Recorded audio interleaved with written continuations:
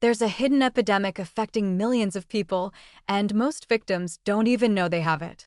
Sleep apnea, where breathing repeatedly stops during sleep, dramatically amplifies winter cardiovascular risk through mechanisms that are frankly terrifying when you understand them. If you snore loudly, wake up gasping, or feel exhausted despite full nights of sleep, listen carefully because this could save your life. Sleep apnea causes your oxygen levels to drop repeatedly throughout the night. We're not talking about small dips. Severe cases experience hundreds of episodes where oxygen saturation plummets to dangerous levels. Each episode triggers an arousal response where your blood pressure spikes dramatically. Your sympathetic nervous system floods your body with adrenaline. Over the course of a night, you might experience 300 separate blood pressure surges. Now layer winter on top of this. Your sympathetic nervous system is already more active in cold weather. Your blood pressure is already elevated. Your blood is already thicker and more prone to clotting. Sleep apnea multiplies all of these winter effects.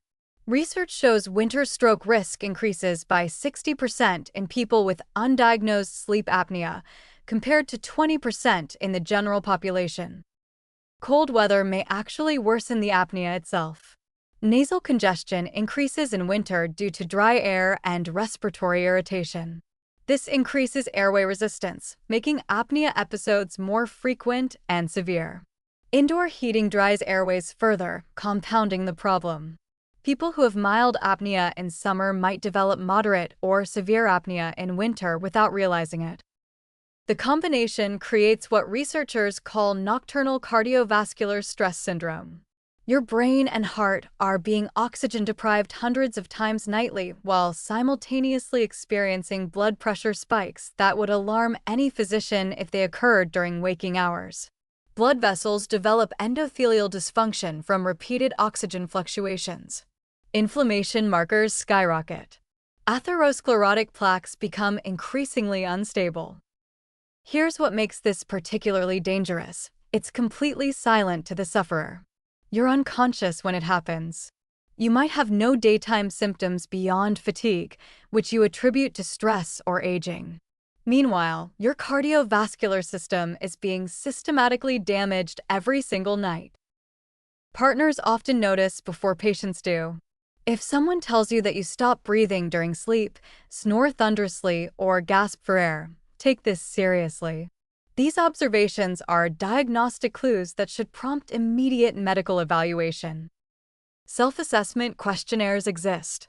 The Stop Bang questionnaire asks about snoring, tiredness, observed apnea, blood pressure, BMI, age, neck circumference, and gender. High scores correlate strongly with sleep apnea risk. These questionnaires aren't perfect, but they identify people who need formal sleep studies. Home sleep testing has become increasingly accessible and accurate. You don't necessarily need an overnight stay in a sleep lab anymore. Many people can complete diagnostic testing in their own beds with portable monitoring equipment. CPAP therapy, continuous positive airway pressure, is the gold standard treatment. A machine delivers pressurized air through a mask, keeping airways open throughout the night.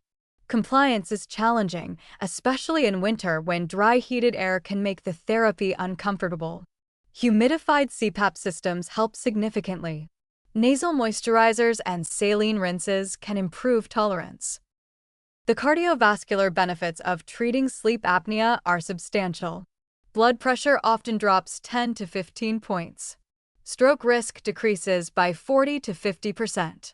Daytime fatigue improves dramatically, which has secondary benefits for exercise tolerance and stress management.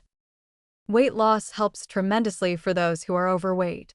Even 10 to 15-pound reductions can significantly improve or even eliminate mild to moderate sleep apnea.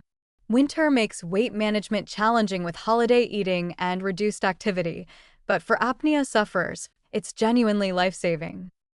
Positional therapy works for some people whose apnea occurs primarily when sleeping on their back. Special pillows or devices that prevent back sleeping can reduce episode frequency. This isn't appropriate for everyone, but it's worth discussing with a sleep specialist. Alcohol makes sleep apnea worse by relaxing throat muscles. If you have apnea or suspect you might, avoiding alcohol, especially in the evening, improves breathing during sleep. The bottom line is this: if you're at risk for sleep apnea, winter transforms it from a quality of life issue into a genuine survival threat. Getting diagnosed and treated isn't just about feeling more rested. It's about preventing your cardiovascular system from being assaulted nightly during the very season when it's already maximally stressed.